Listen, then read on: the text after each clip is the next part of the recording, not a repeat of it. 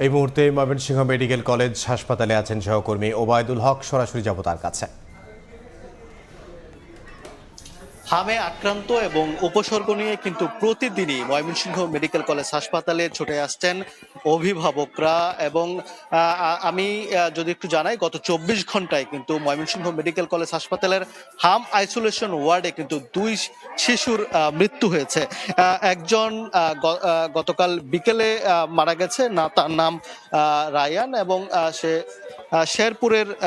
শেরপুরের বাসিন্দা।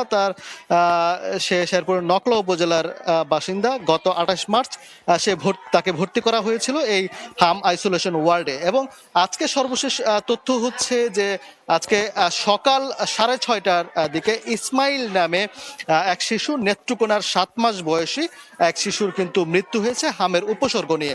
অর্থাৎ গতকাল বিকেল এবং আজকে সকালে এই 24 ঘন্টার ব্যবধানে কিন্তু 2 শিশুর মৃত্যু হয়েছে। এবং হাসপাতাল কর্তৃপক্ষ যে আমাদেরকে সকাল বেলায় যে তথ্যটি জানিয়ে থাকে যে গত 24 ঘন্টায় নতুন করে এই হাম আইসোলেশন ওয়ার্ডে হামের লক্ষণ নিয়ে কিন্তু হাসপাতালে নতুন করে 28 শিশু ভর্তি হয়েছে এবং এই 90 জন শিশু সকাল পর্যন্ত ভর্তি ছিল। তবে সবশেষ তথ্য হচ্ছে যে এই নতুন করে আজকে আরও 11 জন এখানে ভর্তি হয়েছে। সব মিলিয়ে এখন পর্যন্ত আরও যে 25 জন আজকে ছুটি দেওয়া হয়েছে।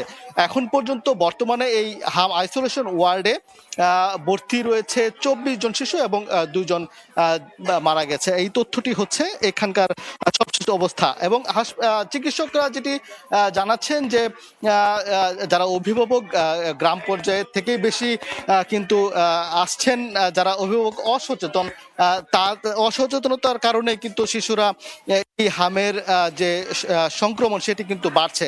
তারা যেটি বলছেন যে হামের উপসর্গ দেখা গেলেই যেন শিশুদেরকে আইসোলেশনে নেওয়া হয় এবং দ্রুততম সময়ের মধ্যে হাসপাতালে নিয়ে আসা হয়, তাহলে এই হামের যে সংক্রমণ সেটি আসলে তারা কমবে। এবং তারা যেটি বলছেন যে এখানে মূলত ঠান্ডা, কাশি, জ্বর, শ্বাসকষ্ট এই ধরনের উপসর্গ নিয়ে কিন্তু এখানে ভর্তি হচ্ছেন।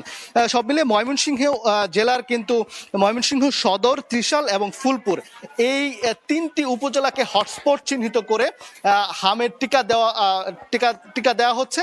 তো এই ছিল ময়মনসিংহ থেকে আমার কাছে সবশেষ তথ্য। ময়মনসিংহ মেডিকেল কলেজ হাসপাতাল থেকে আমাদের সহকর্মী ওবায়দুল হক যোগ দিয়েছিলেন।